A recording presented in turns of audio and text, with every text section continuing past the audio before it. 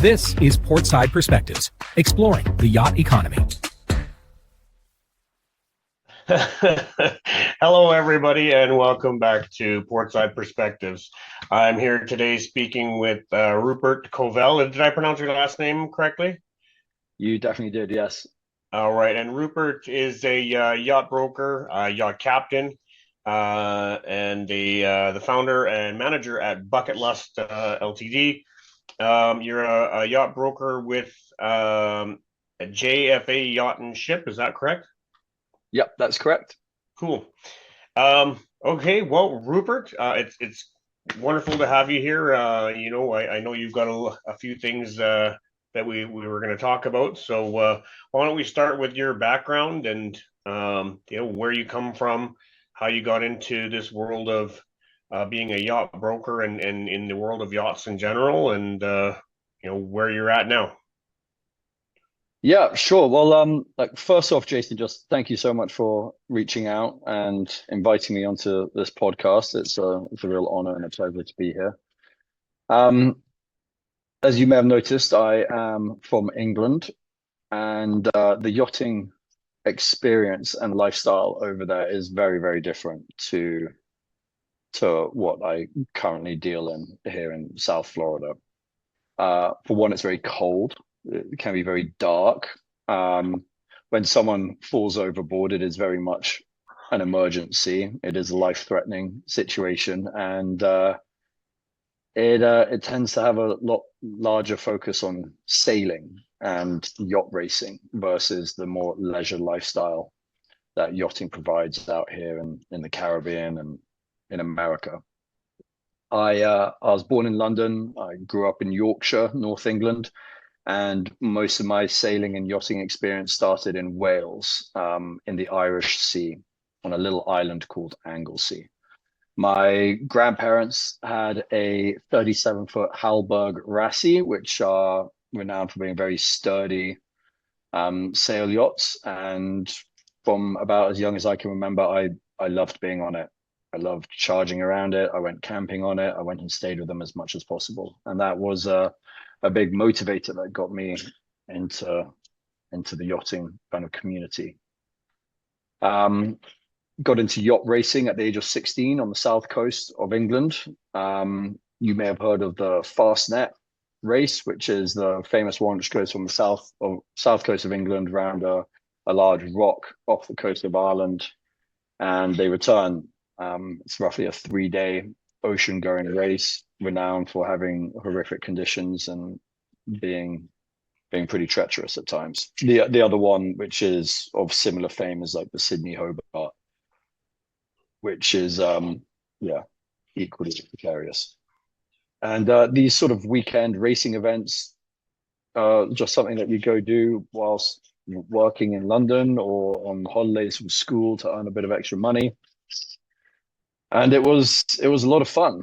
It was a really, really lovely time of my life, and it was also quite good for networking and building good team spirit. A lot of corporate companies would send down their various teams from the companies to go do team building yacht racing events down on the south coast, and we'd be on board as a captain or a mate, and we would teach them the ins and outs of yacht racing and do mini regattas. And then we'd also have more serious yacht owners who want to invest in professional racing teams to come and do races like the Round Island race, which is just a simple day race around the Isle of Wight, or Cowes Race Week was a particularly notorious event as well. 7 days of yachting, drinking, partying. Drinking and yachting tends to go hand in hand wherever you are in the world. And yeah, so that was my younger years and teens around England. I had a job which needed a race yacht delivered from Kingstown in Malaysia up to Phuket, Thailand, which I did with 2 other friends when we were 18, and that was a pretty amazing event, opening my eyes to what's available in terms of paid jobs whilst traveling and exploring new parts of the world. And like, I don't know, have you been to Thailand, Jason? No, not personally. I've never been. No.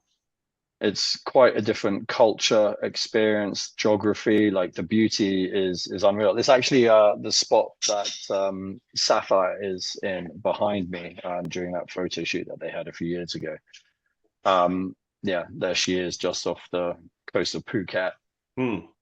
And yeah, like the scenery is unreal, and this it's been a very treasured memory and time of my life ever since. I was very fortunate to be able to do that at 18 and get paid to do it as well.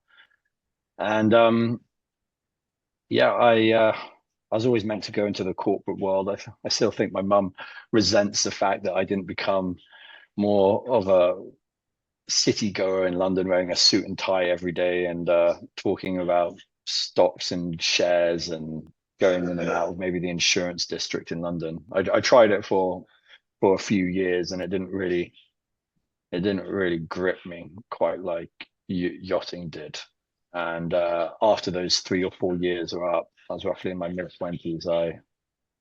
I made a decision to go full time yacht captain, uh, which was a big jump, but at the stage it seemed like an obvious no-brainer. I lost a job in London in the city, and I had loads of invitations to go drive sail yachts around the world, and they were all paying more than what I was being offered, and they all offered accommodation as well. So it made a considerable amount more sense to go and do professional yachting instead of sitting at a desk every day pushing numbers.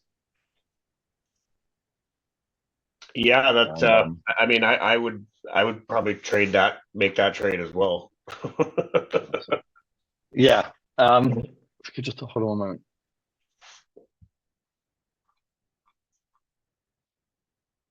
Sorry about that, Jason.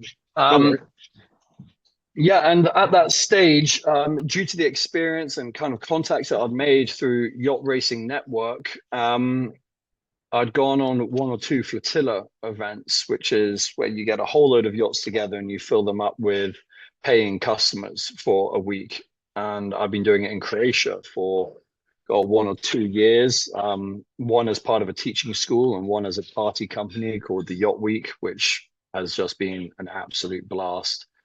And I again, I was at a stage, I was 21 when I started doing this, that I couldn't believe I was being paid to enjoy myself quite so much on these yachts as the captain, taking around like beautiful groups of Americans and Europeans on these boats around Croatia, which is such a unique and gorgeous destination for sailing. Like the coastline there is amazing in the Adriatic. There's um, hundreds of different islands to go view, all with gorgeous architecture and amazing like stone buildings. It's really really amazing, and it's a destination that I'd recommend to anyone. And I decided to create another company similar to that, but focusing in more unique destinations called the BucketLust. And that gained a lot more momentum than me and my business partner could have expected. And we ended up doing events in the BVI's, French Polynesia, Grenada, St. Lucia, and yeah, even the Seychelles, and even Airlie Beach in Australia. We did quite a few events out there, which was insane. And now we've got this experience of organizing these events around the world in all these different locations, and it's been an incredible way of pooling all this knowledge and experiences together. And now it made complete sense for me to offer out those experiences to clients that want to book. Really sorry. My dog is just getting on the balcony. One moment. I don't. Okay, Jason. It's all good. I don't hear him. Oh, you don't hear him? Okay, cool. No. I'll carry on then.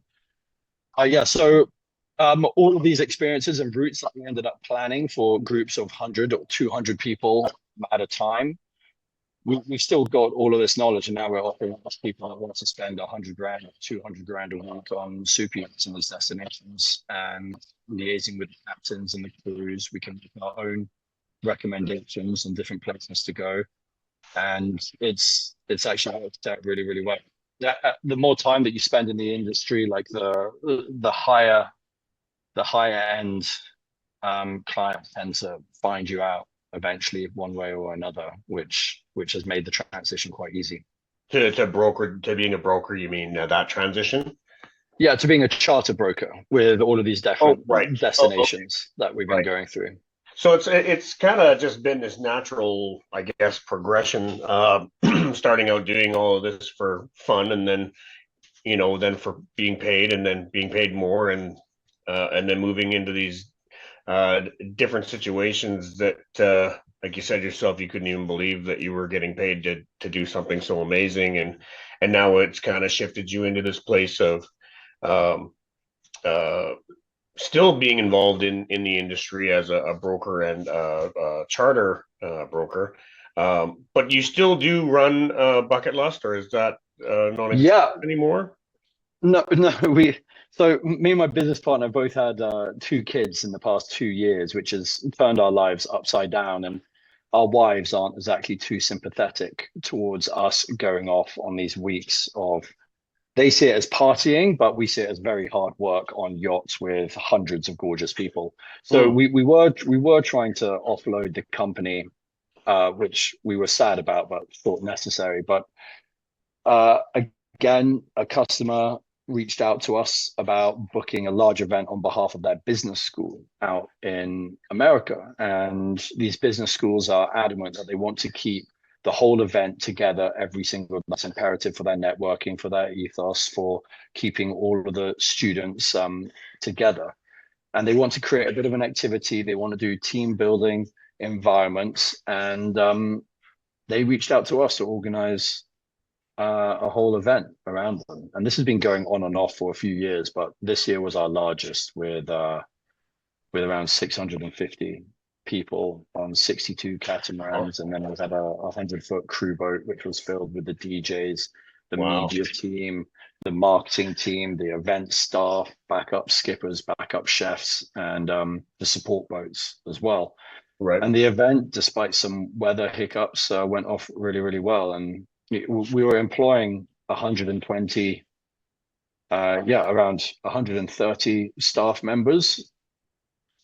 So we were plugging like over 160,000 euros towards the staff alone going on these events, which was incredible. Just paying out this many people for having a fun week on the water. So the feedback has been very, very positive, and we're hoping to get the same contract for next year.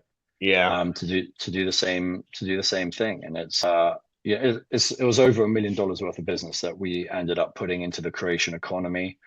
And it's been a down year really, for not just for tourism in Croatia, but for charters and for around the whole globe. Traveling's taken a bit of a hit. So when you do get a group that are happy to spend a bit of money, and you're booking boats in an area, and you're going to be bringing them to clubs, restaurants, venues, it's actually a really unspoken, rewarding benefit of Yeah. orchestrating an event like this. Is sort of what you're giving to the local economy in these destinations. And Well, we had spoke about this before we actually started recording. We kind of talked about this briefly, and then it's a big part of why I wanted to bring you on, is because this podcast has kind of gone in the direction of more the yacht economy, as I keep calling it, and all of the people in that this economy touches financially. And you just brought it up, and it just keeps coming up over and over again. These vessels, from the time they're built, they create so much um, just money and jobs, and they put food on people's tables in so many different ways. Like you said, you've employed all the people and crew to run the regattas, and have all these people on to be on the vessels, and then as well as whatever stimulation into the economy of the local towns that you were visiting, right? So it never ceases to amaze me how much benefit just one vessel can create. You know what I mean? yeah, so when you're talking about the yachting economy, most people flick straight to the below deck experience. And what these super yachts do for the economy. And obviously they're bringing in huge amount of money. It costs a fortune to dock, crew, facilitate everything on these boats constantly, from the moment that they're purchased from the factory to the moment that they're, sent off for But don't forget decommissioning. the people that get paid to build them too. Yeah, exactly. And there's a lot of successful Europeans that have done very, very well from the engineering of these boats, and it's an industry that is doing better than ever before. But the ones which I think often go forgotten about are the 40-foot catamarans, the 40-foot monohulls, the ones which do just provide opportunities for people to experience the most remote parts of the world for even 1 or 2 weeks here and there. And those aren't advertised about, and those are still, I mean, they're considerably more affordable than anything on below deck. If you can rent one of those for 5,000 euros for a week in Greece, let's say, or looking at places in the Seychelles that you can go rent a boat, destinations that would seem unobtainable to your average family or household. Suddenly, if you look and come and find an opportunity online, it is a very affordable way of going and experiencing an unknown part of the world. And my favorite destination is French Polynesia, Tahiti, and there's one island called Bora Bora, which that ecosystem will be just fine without us. But the surrounding islands are really, really beautiful, and those aren't discussed. They aren't advertised, and they do rely on the tourism that comes from these little boats. And when you're renting one, when you're looking at places to stay on Bora Bora, you've got the over the water bungalows, which go for $2,000 a night, or you've got the catamarans, which you can fit 10 people to sleep on for 10,000 for the whole week. And it's provided eye-opening experiences for so many people that would have no idea about these destinations if they hadn't booked one of these trips and gone out there. It's really, really beautiful. And the locals that you meet are truly appreciative. They stay in touch with you. They might ask you to bring out a bottle of their favorite whiskey on the way out, and they build some really beautiful memories for you to cherish at a very affordable rate. Yeah. So what is it you are mainly focused on then nowadays? Obviously, BucketLust is still in operation and just still doing these regattas here and there. But is the bulk of what you're doing through JFA Yacht and Ship and your brokerage as far as selling and chartering vessels through them? Yes, correct. So JFA Yacht and Ship is where I've got my license in Florida. They've recruited me, they've trained me up, and they are very much the family at which I buy and sell yachts through. And I speak to a lot of them daily out here. And the company that we purchased, Sapphire, who's my background on behalf of a client for as well. And that's the company that I'm fully involved with here in Florida. Okay, and that's kind of your main income right now. And so I kind of asked this of everybody, and I got a feeling that I know your answer to this, but it's what is it you guys do mainly in the way of your marketing to get new customers, to bring on new people, bring new individuals into this world? Whether that's through charters or finding those high net worth individuals that can actually afford to buy yachts. I assume that it's like many other brokers, it's through your networking and personal connections, but I'll let you kind of answer that question. Yeah, well, when you find out what the secret is in marketing to getting ultra high net worths to buy $10 million boats, please let me know, okay? I will. Because I would love to sign up for whatever that is. If you find out, you let me know too. Yeah. Yeah, I mean, it's the big secret of the industry. And right when people think that they've got it dialed down and can make a really successful business model out of it, the whole industry changes, or another piece of technology comes out that revolutionizes how we get hold of these people, and AI is doing exactly that now, and facial recognition at the boat shows is more advanced than ever before. But a slightly more boutique firm like JFA, we've got investing in your usual SEO for Google AdWords on certain boats that we have listed. You're going to as many networking events as possible. You are going to as many boat shows as possible. And a lot of it does come down to the individual character of the broker and how they portray themselves in the many occasions that every human has in their life when you are in the area, or like say perimeter of ultra high net worths, what you do to position yourself to make any chance of a meeting possible is everything. And you get trained on that as well, how you carry yourself, how you portray yourself, everything from down how you speak, dress.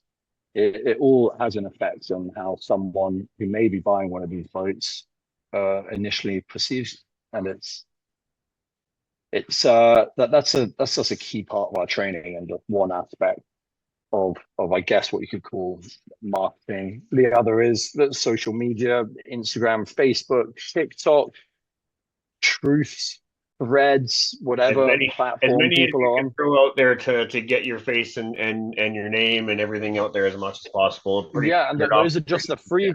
Those are just the free platforms. And Yeah. if you're getting onto the more paid stuff, I mean, you always want whatever photos and marketing you put out to be as professionally done as possible, and to really just reassure everyone that you are a completely professional and class act when it comes to buying and selling these boats, and most importantly, representing your clients who, half the time we can't even discuss who they are. We can't disclose their names. It's all about secrecy and reassurance that these people and their privacy is going to be upheld. Yeah. Which is, I mean, understandable. I mean, and especially when, we're talking about high net worth or ultra high net worth individuals. I can understand why, they want their privacy a whole lot more than your average Joe, right? So, you kind of brought up AI. Are you guys tapping into any of these new tools that are coming out, and AI systems that, whether that's marketing or internal operations? We've actually onboarded an AI guru that we have weekly training calls with, and we get updated and briefed about all the different ways that we can use AI to help us with not just marketing, but putting together briefs, PDFs, our social media. AI is going to be the new tool for the next 2, 3, or however many generations. And if you don't get on board with how to utilize it effectively, you're going to get left behind. I agree 100%. Actually, if you say it's going to be, I'm going to argue back and say it already is. Yeah, you're right. Yeah, we're beyond going to be. It's here, and it's already a impactful tool. And I speak to a number of companies that they're actually struggling to figure out how to integrate these tools into their businesses. But it's there, and it can pretty much help everybody. It's just a tool like anything else, and it's just a matter of who's using it and how they're using it. You get a lot of the people that are worried that the robots are going to take over, and we're going into the Hollywood version of what all of this means on a negative level. But the reality right now is that these are tools that are doing nothing but helping increase efficiencies and things like that. So it's good to know, and good to hear that that brokerage is actually tapping in and bringing someone on to help integrate into that. Is there anything that you see as a major challenge within whether it's the sales brokerage or the charter brokerage, or even in what you do at BucketLust? What's a major challenge that you face on a regular? Dealing with children whilst trying to carry out anything is the main issue. No, I joke. No, it's I've actually got a charter going ahead like next week, and we're just going over the preference sheets at the moment for the client. They're doing a catamaran charter, and the BVIs is really excited about it. The family's really excited about it, and it's I feel like the charter industry is going to be becoming more and more in demand. There's a lot of people which are stating that owning these vessels is deemed too much of a risk or financial burden for the new generation of billionaires and millionaires. I've been And hearing that from a few people I've spoken to. There seems a couple, I do not like everybody, but I've heard that from a handful now already, that there seems to be this shift from ownership to just chartering and renting. And yeah, I mean, similar to the rise of Airbnb in the property market and the new Gen Zers not wanting to be tied down to anything and would rather have the flexibility instead of being tied to one property, one boat. Why not just charter in as many different places as you can? And that combined with the 100% tax depreciation that's currently available on vessels is definitely opening up for a more blossoming sort of charter world, which is no bad thing, really. These charter boats, they pay a lot in taxes. They bring a lot of money to the destinations that they're based, and they go to a lot of beautiful places. right. So as long as they're being monitored and up to code, then everyone should really be winning when booking when using these charters. And Well, and that's the somebody same. has to own that vessel to charter it out. So I mean, And it's, that I mean, somebody has to purchase it to be able to charter it and rent it out. So that's still going to be a thing. But hopefully those people can, make their money by chartering out those vessels and stimulating economy that way as well, and all of that. So, I mean, like I said, you're not the first person to have noticed that and bring that to my attention, and it's interesting to hear that it's just the way the world seems to go. As much as I hate this saying, it seems to be a reality slowly happening. It's that you'll own nothing and be happy. I know everybody's probably heard that before, but I'm not sure I fully agree with it. But you know, it might be the way the world is shifting, and who are we to say whether or not somebody thinks that way or not, I guess. Yeah, you're completely right. And you either it's similar to AI, you either adapt to it or you get left behind. And Mm.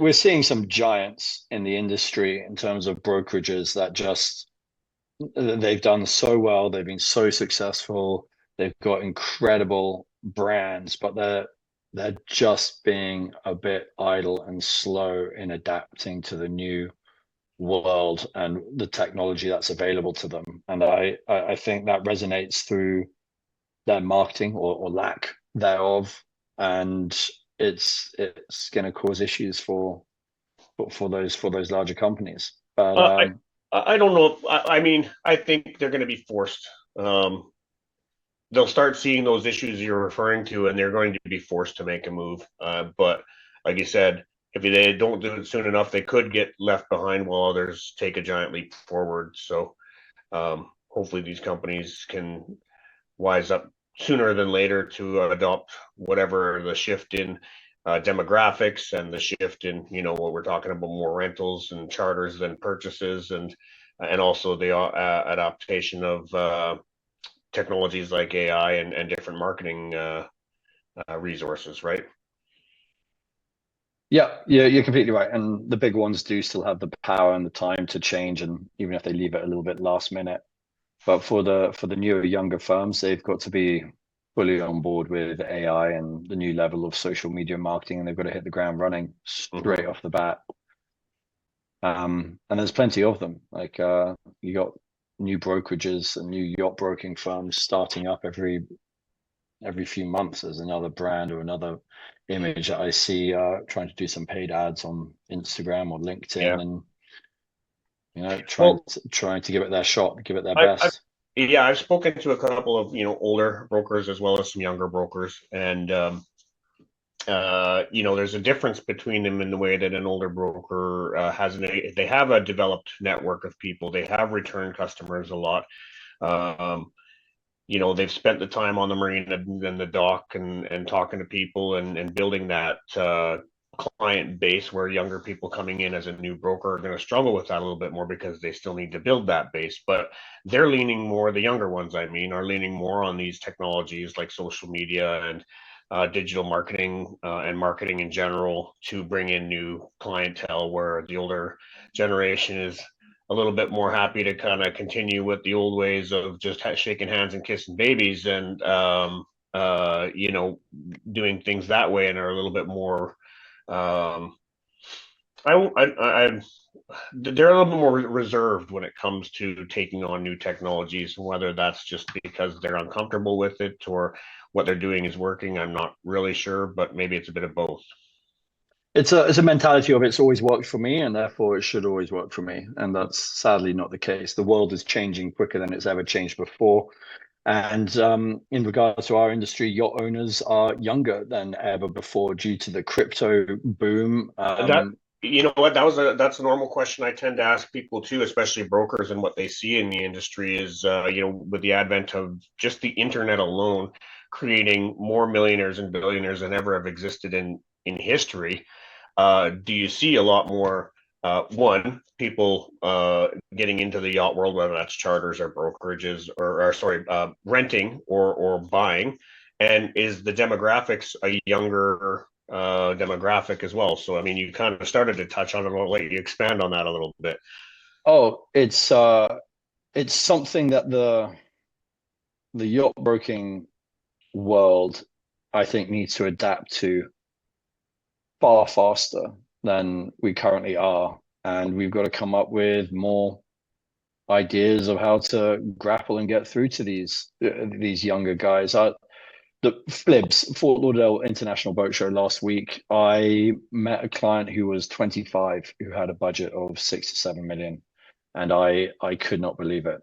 And he was serious. He was fully serious about wanting to own a boat in Miami. He had all the boats on an iPad already loaded up, and he was able to find out so much information about these boats before I even opened my mouth. And the clients are smarter, not smarter, but they're They have the more information at their fingertips, so they can yes. look it up. And you, as a broker, I'm sure you have a multiple vessels in a fleet within the brokerage. How are you capable of even remembering remotely about every single detail of every last one of them? That's pretty tough to do. Not to say that you don't have that information at your fingertips like the customer does, but they've probably done their research. Like you said, this young fella came up and already had. Yeah, he knew, and he had his entourage with him, and we did the whole boat show with a group of like five of us, and he had his mates with him, and it was a really fun experience actually. It was very different. It was much more unique to the previous clients I've had, which are a little bit more longer in the tooth. Yeah. And everything you'd expect. They did have instant information about the boats. They were able to find it very, very quickly on their own devices. And the amount of knowledge that a broker provides their client now has to be far more detailed and superior to just the brand and the number of cabins. You Right. really have to have some real in-depth knowledge. And the demand for warranties as well is huge at the moment. They are willing to pay a premium to make sure that that boat is fully covered, and Yeah. that is like one of the first questions that I'm asking every time we got on board a boat. What's the warranty? And does it have Yeah. Starlink? Well, that seems to be just a standard installation nowadays, doesn't it? Just Yeah, I mean, a lot of people are blaming it. I mean, you've got to blame Elon for everything. That's just rule one. But they're saying, the ease of being able to work from these boats is greater than ever before, and people are able to justify it because they're able to stay connected. And previously, that level of internet on board these super yachts was costing 7 to 10 grand, 20 grand a month, and it's ridiculous. Whereas now, for just a couple $100 a month, you can have high speed internet dialed into wherever you are in the world on your super yacht, and the luxury of your own boat with your own crew being tended to. And that is almost an uncomparable luxury, Yeah. really. And connectivity, I mean, as beautiful as it was, not being contactable for days at a time was just so lovely. Uh, that whole era has gone now. There's not really any excuse for you to be disconnected, Right. unless you are like on a 6 hour flight. Tends to be Right. the only time really that's justified. And even then, if you're a serious businessman, why are you not paying for the premium internet on that flight? It's the only time you're truly safe from the wife, children, and work. Getting you was on a plane, and now they're about to take that away. Right. Rupert, it's been really, really awesome talking to you. I know you obviously have some deeper insights into this industry. You've kind of been through the gamut, starting where you started to where you are now, and congratulations on all the good things you are doing, and hopefully the BucketLust can continue to uh, keep people enjoyable and keep stimulating economies wherever your flotillas go. Is there somewhere you want to send people specifically to get in touch with you? Any socials or anything you want to share with people right now? Oh God, anywhere like Instagram, captain.rupert. My email is rupert@jfayacht.com, and yeah, available for any charter inquiries, any boat sales inquiries. And if people And want to connect with you as far as the BucketLust, is there kind of the same places or is it? yep, same. Instagram is fine, and my email address is fine. And if they just were to look up the BucketLust, they should be able to find you anyways. We've got websites and a very active Instagram page. Actually, it's got something like close to 50,000 followers, and Oh, a very, very colorful display of what we've got up to over the past, well, almost 10 years now that we've been running these flotilla events in awesome. Belize and around the People world. go look it up and check it out and see what you've been up to there. And hopefully some people see this and look you up to line up another flotilla and have a good time.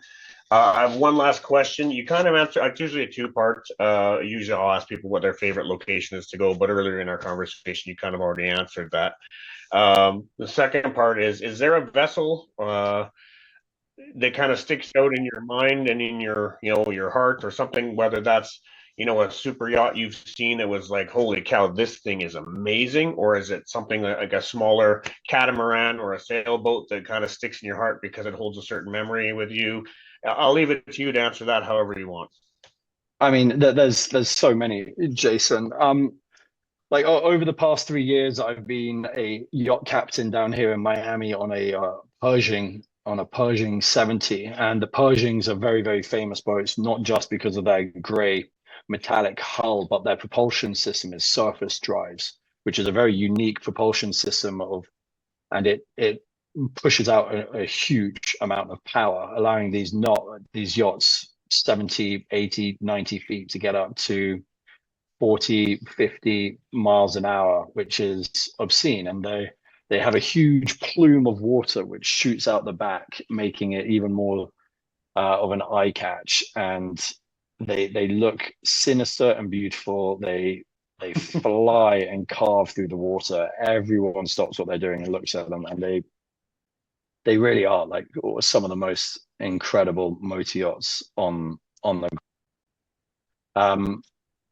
but if you're not into the Miami performance boats, then I've got to say, like, I've done two transatlantic crossings on charter catamarans, and the lagoon range has just been really, really beautiful. And they've just come out with a new Lagoon 65. It's got the fold down sides at the back of it, allowing a larger beach club area. And they're really going to be dominating the charter market over the next 5 or 10 years because I've they're seen a just few with those with the gunnels that kind of fold down on the side on the back, and they're yeah. interesting to say the least. I guess we'll all see whether the quality holds up with Yeah. that technology over time. Anything with moving parts like that has always got a risk, but hopefully the engineers have thought about that and beefed them up enough. But time will tell, right? Yeah, you're completely right. Any additional hydraulics comes with a certain risk Yeah. on all these boats, Yeah. all the way up. Awesome. But Well, yeah, that's the main ones really. yeah, cool. Thanks for that. Rupert, again, it's been super awesome talking to you. I really do appreciate you spending some time with me here. And yeah, take care. Thank you very much, Jason. Thank you for your time. All right. Have a great day.